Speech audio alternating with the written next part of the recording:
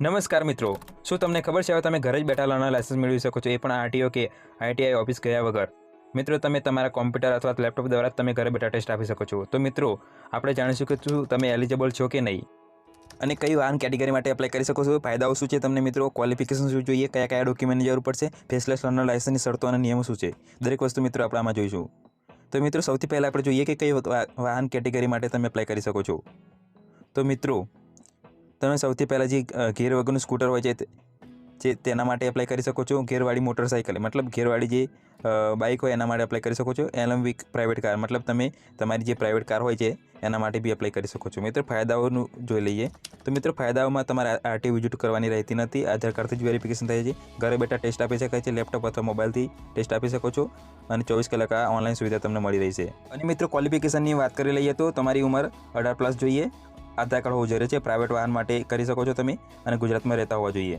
અને મિત્રો, ડોક્યુમેન્ટમાં જોઈએ તો તમારો આધાર કાર્ડ છે તે તમારા મોબાઈલ નંબર જોડે લિંક કરેલો હોવો જોઈએ અને તમારો રિસન્ટ પાસપોર્ટ સાઇઝ ફોટો, સહી, એડ્રેસ પ્રૂફ જેમ કે light bill, ration card, LC, voter card અને તમારો મોબાઈલ નંબર અને ઈમેલ આઈડી, આટલી ડોક્યુમેન્ટની તમારે જરૂર પડશે. મિત્રો, ઓનલાઈન ટેસ્ટની શરતો અને નિયમો જોઈ લઈએ. તો મિત્રો, તમારે 15 મિનિમમ MCQ રહેશે. એમાંથી 10 મિનિટનો ટાઈમિંગ હશે અને પાસિંગ માર્ક્સ તમારે 9 લાવવાના રહેશે. તો મિત્રો, આની આખી થોડી પ્રોસેસ છે તે જોઈ લઈએ. તો મિત્રો, તમારે સૌથી પહેલાં જે ઉપર પરિવહનની જે વેબસાઇટ દેખાય છે તેના પર આવી જવાનું છે. ત્યારબાદ ઓનલાઈન સર્વિસ પર ક્લિક કરવાનું છે. ત્યારબાદ ડ્રાઇવિંગ લાઇસન્સ રિલેટેડ તમારું જે બી સ્ટેટ હોય તે સિલેક્ટ કરી લેવાનું છે અને જે તમારી ડિટેલ્સ થાય છે તે રીતે સિલેક્ટ કરી. એકવાર મિત્રો આપણે નજર કરી લઈએ. તો મિત્રો, તમને સૌથી પહેલાં આ પ્રકારનું ઇન્ટરફેસ જોવા મળશે. તો મિત્રો, I don't have a learner licence જે ઓપ્શન છે એના પર ક્લિક કરી તમારે સબમિટ કરવાનું છે. તો મિત્રો, પછી તમને આ પ્રકારનું ઇન્ટરફેસ જોવા મળશે. પછી તમારી જે બીજેક ડિટેલ છે, તમારું નામ છે, જન્મ તારીખ છે, મોબાઈલ નંબર છે, આ દરેક વસ્તુ તમારે અહીંયા ફિલ કરી લેવાની છે. મિત્રો, આના પર તમે અલગથી વિડીયો પૂરો લાઈવ પ્રોસેસ માટે માગતા હોય તો એના માટે બી બનાવી લેશું, પરંતુ તમે કોમેન્ટ કરશો ત્યારે આ વિડીયો આપણે બનાવશું.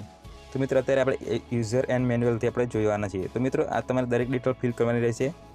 તો મિત્રો, આ ડિટેલમાં તમને કોઈ ફિલ કરવામાં કોઈ પ્રોબ્લેમ આવે છે તો તમે અમને કોમેન્ટ કરી પૂછી શકો છો.